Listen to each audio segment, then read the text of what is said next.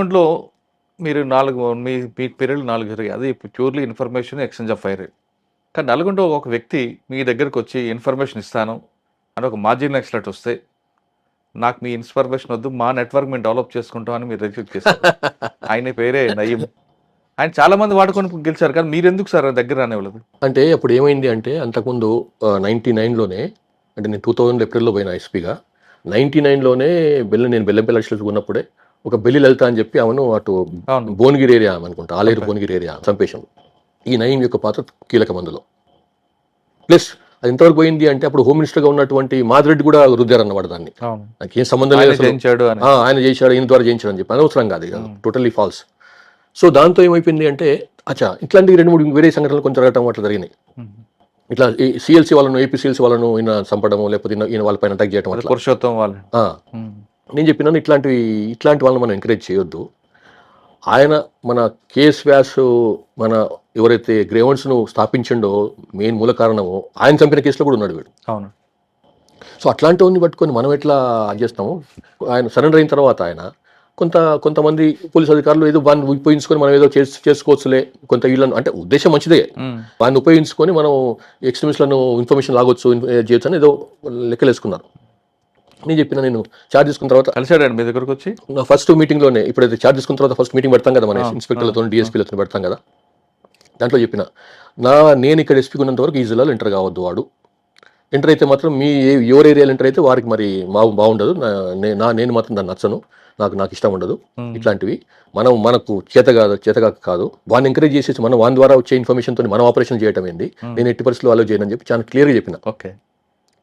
So కొంత పై వాళ్ళు కూడా కొంత పై లెవెల్ ఉన్న ఆఫీసర్లు కూడా కొంత అదేంది ఇట్లా అనుకున్నారు. కానీ నేను చెప్పిన సారీ సార్ నేను ఇట్లాంటివి ఆలోచన నేను ఎట్టి పరిస్థితుల్లో మనం వాడిని దూరం పెట్టాల్సిందే అని చెప్పి.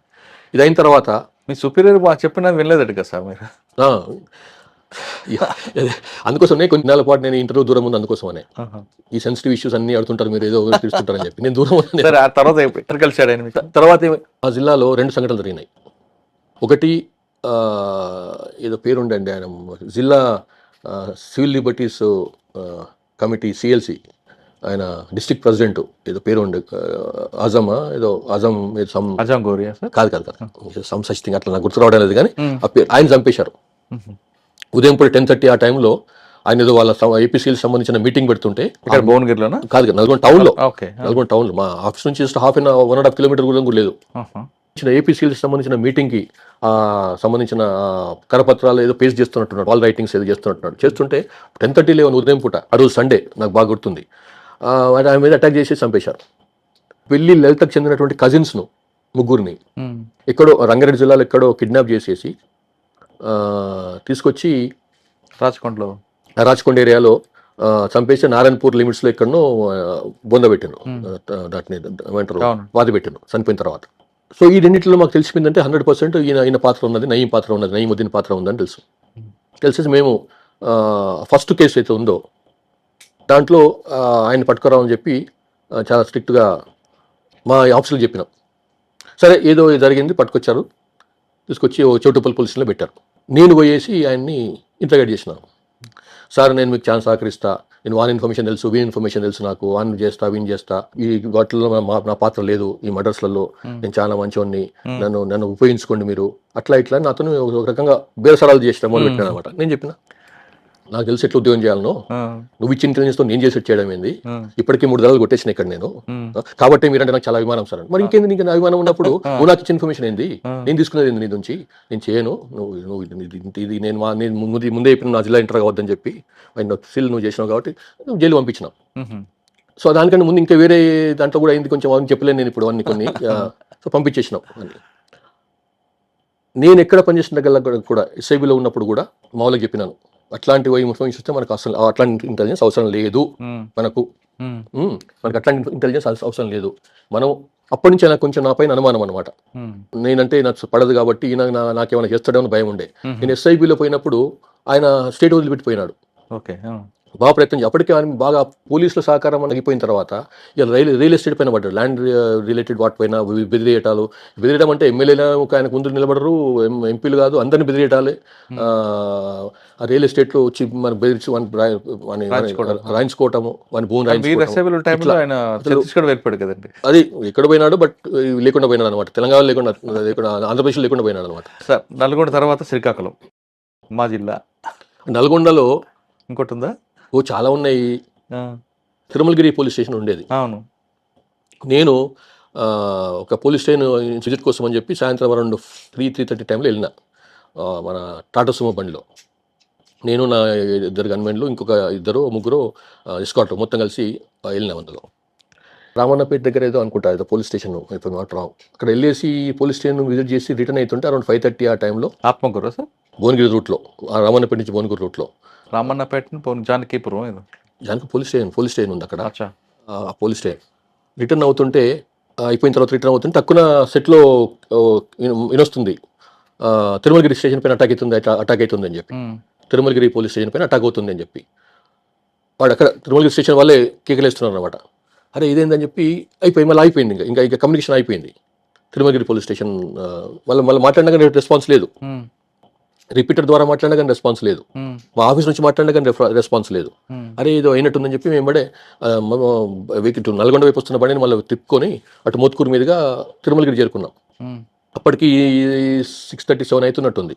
అప్పటికే మా పైన ఫైర్ మొదలైంది. ఊరవతలని మొత్తం చీకటి, ఎందుకంటే వాళ్ళు కూడా పవర్ని ఆపేశారు, బ్లాస్ట్ చేసిన అనమాట ట్రాన్స్ఫార్మర్ని. తో ముందే 1 కిలోమీటర్ ముందే వెహికల్ దిగేసి పరిగెత్తున్నాం నడుచుకుంటూ. నా దగ్గర పెద్ద వెపన్ లేదు, ఇప్పుడు మామూలుగా ఏకైనా తీసుకెళ్ళాలని, లేకుంటే ఆ రోజు మొత్తం ఓన్లీ 9mm పిస్టలే ఉంది. సో పరిగెత్తున్నాం. ఒకసారి మా పైన ఫైరింగ్ రావడం మొదలైంది.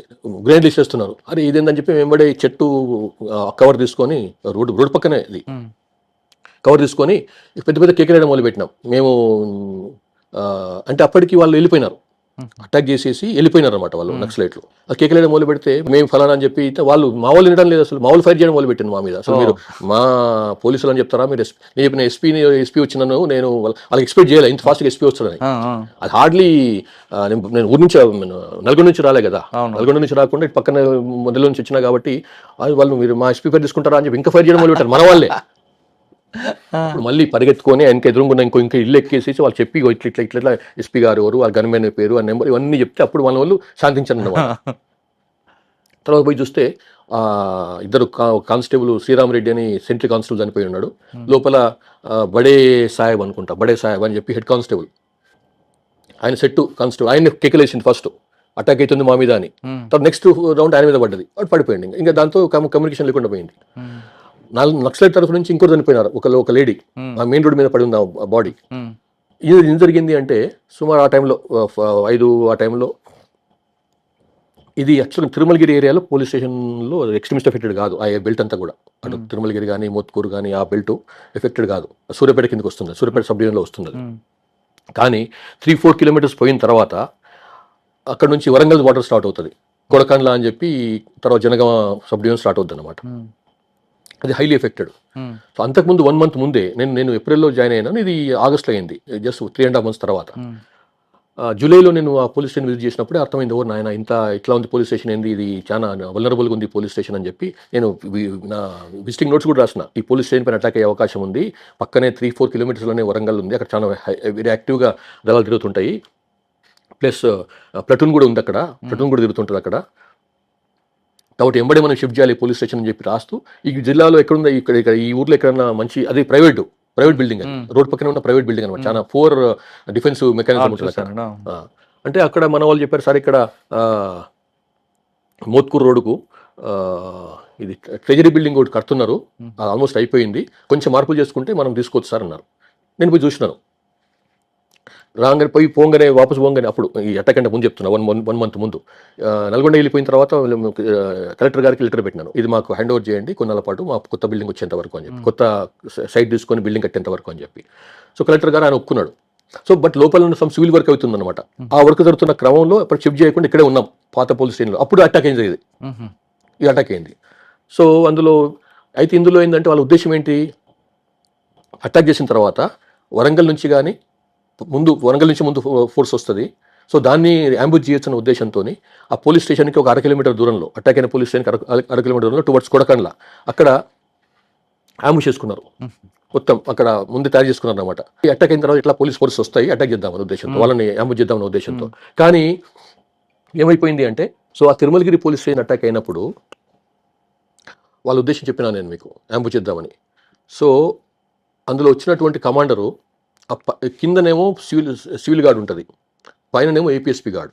ఓ సివిల్ గార్డును పైన అటాక్ న్యూట్రలైజ్ అయిపోయినాడు, సివిల్ సెంట్రీ న్యూట్రలైజ్ అయిపోయినాడు. ఇక పైకి ఎక్కుతున్నారు అనమాట. పైకెక్కి పైనుంచి అటాక్ చేసే ఉద్దేశం, పైనుంచి వెళ్ళేసి పైన ఉన్న వాళ్ళని కూడా న్యూట్రలైజ్ చేయాలనే ఉద్దేశం వీళ్ళు మావోయిస్టులు. ఆ పైకి ఎక్కుతున్నప్పుడు పైన ఉన్నటువంటి సెంట్రీ వాడు ఐపీఎస్పీ వాళ్ళు సివిల్ సెంట్రీ ఉన్నాడు, ముగ్గురు మొత్తం సివిల్ సెంట్రీలు, ఒకటి ఏపీఎస్పీ సెంట్రీ. వాళ్ళు బాగా ఫైట్ చేశారు, వాళ్ళు పైన ఎక్కనివ్వలే. దాంతో వాళ్ళు బయటికి పరిగెత్తిపోయి ల్యాండ్ మైన్ తెచ్చేసి మన క్లెయిమోర్ మైన్ కింద ఎవరు లేరు, ఇంకా ఉన్న ఇద్దరు చనిపోయినారు, కింద పెట్టేసేసి ఆ క్లెయిమోర్ మైన్ బ్లాస్ట్ చేసి అప్పుడు కుప్పుగులుతుంది. అప్పుడు ఇంకా వెపన్స్ కూడా గుంజుకోపోవచ్చు ఉద్దేశం అనమాట. అయ్యి క్లెయిమోర్ మైన్ పెట్టి పైకి వైర్ గుంజారు, బయటికి రోడ్ పైకి పెట్టేసి అక్కడి నుంచి ఆపరేట్ చేద్దామన్న ఉద్దేశం అనమాట. పక్కనున్న sentry, civil sentry some Nayak ఉంది పేరు, వాడిని ఫైరింగ్ మొదలుపెట్టాడు. ఫైరింగ్ మొదలుపెడితే ఒక బుల్లెట్ ఎవరైతే ఆ లేడీ మావోయిస్టు ఎక్స్ట్రీమిస్టు దాన్ని సెట్ చేస్తుందో ఇక్కడ పడ్డది దెబ్బ ఆమెకి సరిగ్గా. ఈ ఏమంటారు భుక్కుటి అంటారు కదా, ఇది నొసలు, ఆమె పడిపోయింది, న్యూట్రలైజ్ అయిపోయింది. దాంతో ఏంటంటే వాళ్ళ ప్లాన్ విఫలం అయిపోయింది అనమాట. దాంతో వాళ్ళు ఇంకా అంబుష్ కూడా విత్డ్రా చేసుకొని వెళ్ళిపోయినారు. వాస్తవంగా వచ్చింది కూరగాయల బండి అడ్డం పెట్టుకుని లోపలికి వచ్చి అవునవును పైన సెంట్రీ ఉంటారని ఉంది, వాళ్ళకి తెలియదు, ఉంది ఉద్దేశం ఉంది. కానీ అంత పెద్ద కిందోడు న్యూట్రలైజ్ అయిపోతే పెద్ద ఉందిలే అనుకున్నారు వాళ్ళు. కానీ మన వాళ్ళు ఏం చేశారంటే ఫైరింగ్ చేయడం కాకుండా గ్రేనేడ్లు కూడా లాబ్ చేయడం మొదలు పెట్టారు. గ్రేనేడ్లు బాగా ఎఫెక్ట్ అయింది, గ్రేనేడ్ ఎఫెక్ట్ బాగా ఉంది. అందులో బయటపడ్డ తర్వాత ఆయన ఇంటర్వ్యూలో చెప్తాడు, ఎస్పీ గారిని తొందరగా వస్తాం కూడా ఊహించలేదు మేము చెప్తాను. అవునా సార్. నల్గొండ తర్వాత ఏమైంది, మళ్ళీ ఇదే సేమ్ సమస్య, మళ్ళీ సెట్ లేదు. హైదరాబాద్కు ఇందులో ఇన్ఫర్మేషన్ పాస్ అని చేయాలి, ఇట్లా ఫోన్లో ఇప్పుడు జమానా కాదు అది, అంటే సెల్ ఫోన్లు ఉన్నాయి కానీ ఇంకా ఓన్లీ టౌన్ల వరకే పరిమితం, అది ఇంకా రూరల్ ఏరియాకి పెనిట్రేట్ కాలేదు సెల్ ఫోన్స్. సో సెట్లో మాట్లాడాలంటే అది మళ్ళీ నల్గొండకు మాట్లాడి అక్కడ రిపీటర్తో నల్గొండ మాట్లాడితే నల్గొండ వాళ్ళు హైదరాబాద్ చెప్తారు ఇవన్నీ. అప్పుడు ఓఎస్డి ప్రభాకర్ ఆయన లేడు, ఆయన హైదరాబాద్లో వెళ్ళినట్టున్నాడు ఏదో only additional SP Shivananda Reddy ఉండేవాడు. సో ఆయనతో మాట్లాడి అయ్యా ఇట్లా మేమంతా, అంటే ఇంకోటి ఏంటంటే ఎస్పీ గారు వెళ్ళారు, ఫైరింగ్ అవుతుంది, ఎస్పీ గారు ఫైరింగ్ అవుతుంది, బాగా వెళ్ళిపోయింది. ఫైరింగ్ అయితే వాస్తవమే, కానీ మనం క్షేమంగానే ఉన్నాం అన్నమాట. సో అది చెప్పాలి ముందు, మేము క్షేమంగా ఉన్నాం, ఇద్దరు చనిపోయినారు, వాళ్ళు కూడా చనిపోయినారు అని చెప్పడం, పాస్ ఆన్ చేయడం. ప్లస్ మన ఒక 4-5 వెపన్లు పోయినాయి, ప్లస్ రేడియో తీసుకుపోయినారు వాళ్ళు. మన పోలీస్ రికవర్ అయింది కదండి, తర్వాత అయింది. బట్ అప్పుడు సో అది ఇట్లాంటివి కొన్ని చాలా ఎక్స్పీరియన్స్ ఉన్నాయి. కొన్ని మీకు మాసరకు చెప్తున్నా, కొన్ని నాన్ సెన్సిటివ్. నల్గొండ నుండి మా ఊరు వచ్చారు, శ్రీకాకుళం. ఏముంది సార్ అక్కడ? అప్పుడు కూడా నల్గొండ నుండి యాక్చువల్గా నాది ఈస్ట్ గోదావరి కోసం పెట్టారు ప్రపోజల్. కానీ చంద్రబాబు నాయుడు గారు శ్రీకాకుళం పంపించారట కదా మీకు, వెళ్తావని అడిగి మరి పంపారు? అట్లే వెళ్తామని అడగలేదు, కానీ ఏమైంది అంటే అప్పుడు అక్కడ శ్రీకాకుళంలో ఒక ల్యాండ్ మైన్ బ్లాస్ట్ అయింది. అంతకుముందే పూర్ణచంద్రరావు గారు ఎస్పీ గారు బాగా యాక్టివిటీ చేశాడు, మంచి బ్రహ్మాండంగా కంట్రోల్ చేశాడు అక్కడ మావోయిజాన్ని, నక్సలైట్లని. కానీ ఏమైంది 2002లో పాలకొండ డిఎస్పీ ఉండేవాడు ఒక ఆయన, ప్రసాదరావు అని చెప్పి, ఆయన కొత్తూరు పోలీస్ స్టేషన్ లిమిట్స్లో భామిని ఏదో పోలీస్ స్టేషన్, భామిని అనే పోలీస్ స్టేషన్ నుంచి ఏదో పని కోసం పోయి రిటర్న్ అవుతుంటే ల్యాండ్ మైన్ బ్లాస్ట్ చేశారు. బతికినాడు, ఏం కాలేదు, ఆమె ఇంజరీస్ అయినా ఆయనకి డ్రైవర్ కూడా ఇంజరీస్ అయినట్టున్నాయి, కానీ ప్రాణహాని కలగలేదు. సో దాంతో కొంచెం మళ్ళీ పుంజుకోవడం మొదలుపెట్టినారు. అప్పుడే కొంత మొదలైంది యాక్టివిటీ. సో దాంతో ఏంటంటే మళ్ళీ ఇక మేబీ నన్ను ఈస్ట్ గోదావరి కాకుండా అక్కడ పోతే బాగుంటున్న ఉద్దేశం చేశారేమో, నాకు తెలియదు. సరే జరిగిపోయింది. ఈస్ట్ గోదావరి నుంచి సేమ్ గా రెడీ పంపించారట కదండి మీకు? నన్నేం అడగలేదండి, నన్ను కానీ తర్వాత అయిన తర్వాత చెప్పినాడు ఆయన. నేను శ్రీకాకుళం ఎస్పీకి చార్జ్ తీసుకున్న తర్వాత మేబీ 15 డేస్కో 10 డేస్కో ఆయన ఒక వచ్చినారు, చంద్రబాబు నాయుడు గారు మీటింగ్ కోసం, ఏదో ఒక ఫంక్షన్ కోసం వచ్చి నన్ను పక్కకు పిలిచి మాట్లాడాడు. మిమ్మల్ని స్పెషల్గా ఇచ్చినాము, ఇది కొంచెం కష్టపడండి, బాగా చేయండి, నల్గొండలో బాగా చేశారు, మంచి పేరు వచ్చింది మీకు, గవర్నమెంట్ కూడా మంచి పేరు వచ్చింది, ఇక్కడ కూడా బాగా చేయండి, ఇదంతా చెప్పారు. మనం మంచి చేస్తారు, బ్రహ్మాండంగా చేస్తాను అది చెప్పినాం. శ్రీకాకుళం ఏముంది సార్ ఛాలెంజ్? అప్పటికి యాక్చువల్గా బాగా తగ్గింది ఉన్నవాసం చెప్పాను శ్రీకాకుళంలో ఉద్యోగం. మళ్ళీ పుంజుకునే ప్రయత్నం చేస్తున్నారు అప్పుడు మళ్ళీ. ఆ టైంలో పెద్ద ఎన్కౌంటర్లను ఏం చేయలేదు, కానీ బేసికల్గా ఏం జరిగింది ఏంటంటే ఇవాళ రికవరీ బాగా చేసినాం. వాళ్ళ ఈ పెద్ద ఎత్తున ఒక hundreds of arms and ammunition దొరికినప్పుడు అమ్యునిషన్ దొరికింది. తర్వాత కొంతమంది మంచోళ్ళని అరెస్ట్ చేయడం చేసినాము. కానీ ఎక్కువగా శ్రీకాకుళంలో జనశక్తి అనేది మూమెంట్ ఉండేది బాగా అక్కడ, జనశక్తి ముఖ్యంగా ఈ కాశీబుగ్గ ఈ బెల్ట్లో.